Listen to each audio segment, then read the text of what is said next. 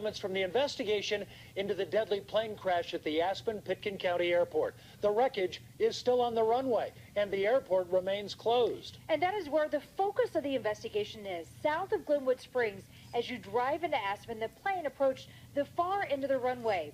It crashed after one attempt to land and skidded down that runway. CBS 4's Jeff Todd of our Mountain Newsroom is in Aspen tonight for us. Jeff? For what's been a stagnant scene for most of the day, we finally started to see some activity from this crane that for most of the day was holding up the fuselage. The NTSB said that they've been waiting for fuel to get taken out of the plane so that the investigators can get in. But with this scene still here this late at night, the airport likely won't reopen until tomorrow. We don't know what to do because we have a connection flight in Dallas. This family from Brazil were just a few of the 3,000 travelers making new plans to get in and out of the Roaring Fork Valley today. So we're taking the bus to Denver.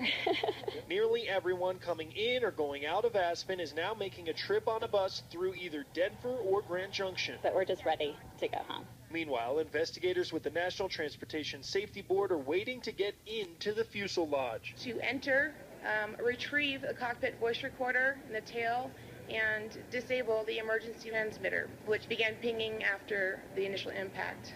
The investigators say they're looking at man, machine, and environment. We are looking into weather as an aspect. We're not limiting any factors right now. They haven't spoken with the two survivors who are still in critical condition at a Grand Junction hospital, but added that the investigation could take up to a year and a half.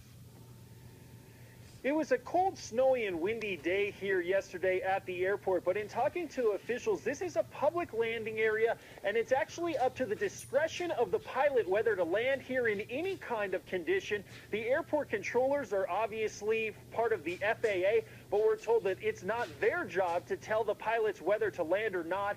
And so we had heard that there had been some discussion of whether this pilot should land or not. It was really up to him from everybody we talked to here at the airport, with a pretty tragic outcome.